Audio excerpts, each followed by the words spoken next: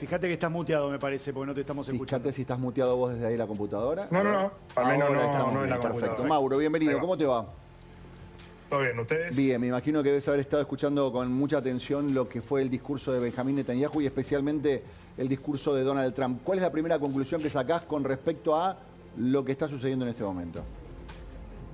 Que finalmente lo que se veía como la única posibilidad real, al menos en los últimos meses, perdón, en los últimos 2 años, más que últimos meses, para que terminara el conflicto en Gaza, que fueran liberados los secuestrados, que se procediera a la reconstrucción, también aunque sería una fase 2, la reconstrucción en la Franja de Gaza, necesariamente era este momento.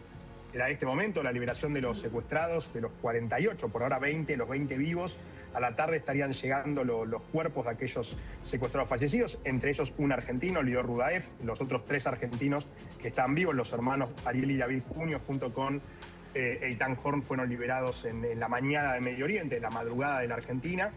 No fue con las placas, ¿no?, como había sido la vez pasada, no todo el show que había montado el grupo terrorista Hamás para las liberaciones, sino que fue directamente la entrega a la Cruz Roja y posteriormente al ejército de Israel, y una población israelí, una sociedad israelí que está de júbilo, ¿no?, porque finalmente tiene a los secuestrados de nuevo en casa, ¿no? Lo que se veía, ¿no?, tanto el discurso de Donald Trump Mauro, como de Benjamín Netanyahu. Sí, dime. ¿Y por qué ahora? ¿Por qué 737 días después? ¿Qué pasó ahora? ¿Fue Donald Trump?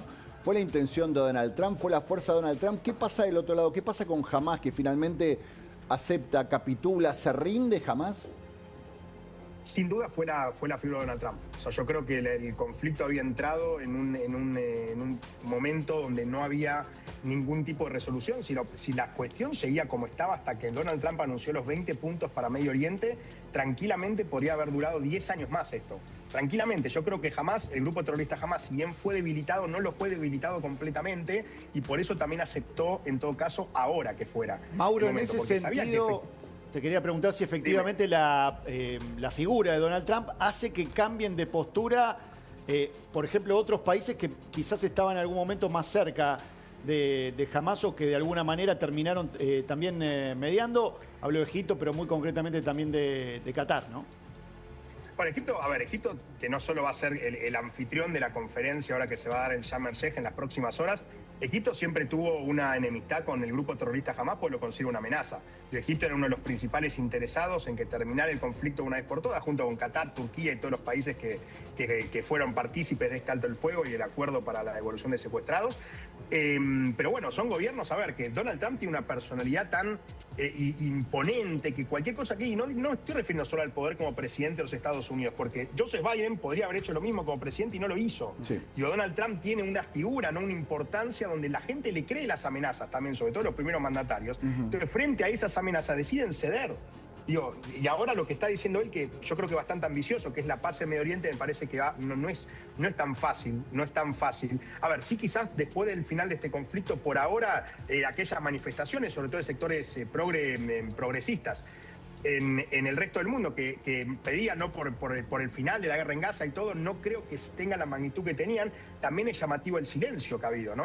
Porque una vez que termine el conflicto no hay ninguna manifestación a favor de que termine el conflicto, sino solo en contra, ¿no? Entonces, por eso hay cosas bastante raras, pero bueno, la realidad es que después de lo que pasó el 7 de octubre, que entró el grupo terrorista Hamás a secuestrar más de 250 personas, con más de 1.200 muertos, entraban con palos, con hachas, con armamento de guerra. Después lo que siguió la operación israelí, que destruyó prácticamente el 90% de la Franja de Gaza. Hoy en día lo que toca es no solo la fase 1 que es ahora, sino que esto llega a la fase 2. ¿Qué sería la fase 2? La reconstrucción de la Franja de Gaza, la desmilitarización del grupo terrorista Hamás y que no esté en el próximo gobierno palestino, si se quiere, en la Franja de Gaza. Cosa que es muy complicado. Porque pueden no estar formalmente en el gobierno, pero es muy difícil que entreguen las armas. Por eso me preguntaron, ¿por qué ahora? Porque Hamás, si se rinde ahora, desde su punto de vista no es rendirse, no desde ya, pero si termina ahora el conflicto, tiene cierta posición que le permite tener el peso específico suficiente para decir: yo las armas no las entrego. Si querés, no estoy en el gobierno, pues las armas no las entrego. Entonces lo interesante va a ser ahora lo que pase en la conferencia en Sharm el Sheikh, en Egipto, en las próximas horas, y lo que vaya a terminar pasando de facto en los hechos, en el terreno, en la Franja de Gaza, en las próximas semanas. Eso es fundamental lo que contabas, Mauro. ¿Quién garantiza que efectivamente Hamás entregue todas sus armas? ¿Quién garantiza de que no se reconvierte y de alguna manera forme parte del futuro gobierno, ¿no? Lo debería hacer por un lado Estados Unidos, incluso que ha mandado tropas para asegurar que todo esto pase, una cantidad de tropas simbólica de todas maneras. Lo debería hacer el Reino Unido, lo debería hacer Turquía y todos los países que son miembros hoy de la conferencia de Sharm el Sheikh. Que lo terminen haciendo es algo completamente distinto.